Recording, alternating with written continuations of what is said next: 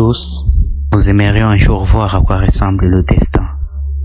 C'est que le futur promet, mais parfois les cœurs veulent lâcher prise. Il y a toujours cette petite voix qui murmure « demain sera mieux ».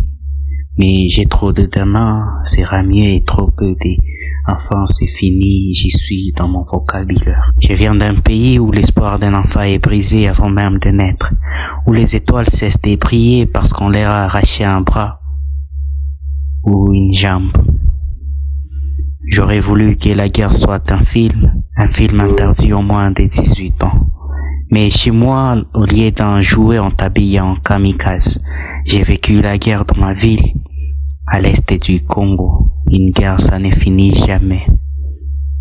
Elle vient, te dépouille, t'efface et t'apprend même que les larmes ont une limite. Il y a peut-être plus de coups de feu, mais de partout, c'est miné. Je vis des amis tomber juste parce qu'ils ont heurté quelque chose qui ressemblait à un jouet, un ananas, un gilet ou une fusée. Je vis des femmes accouchées dans l'explosion, des enfants éclaboussés, des avenirs amputés, pas de déminage, pas de panneaux, pas de protection. Un jour, un petit garçon de 12 ans, passionné du football, est parti à l'école, a emmené les troupeaux de sa mère, veuve. Il jouait insouciant sur un ancien terrain de guerre.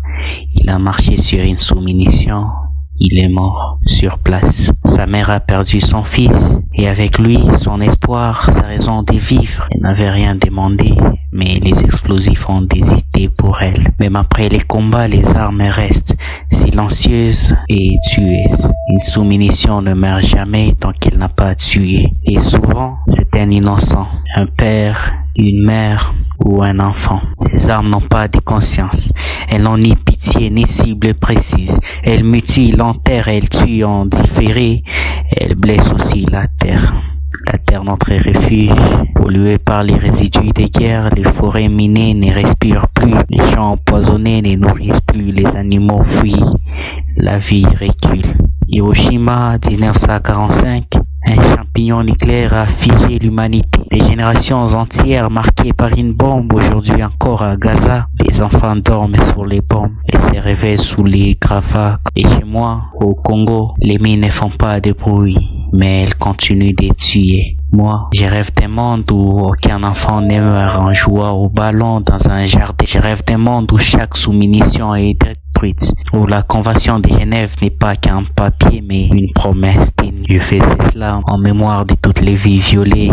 Si elles étaient encore là, elles crieraient d'une même voix: justice.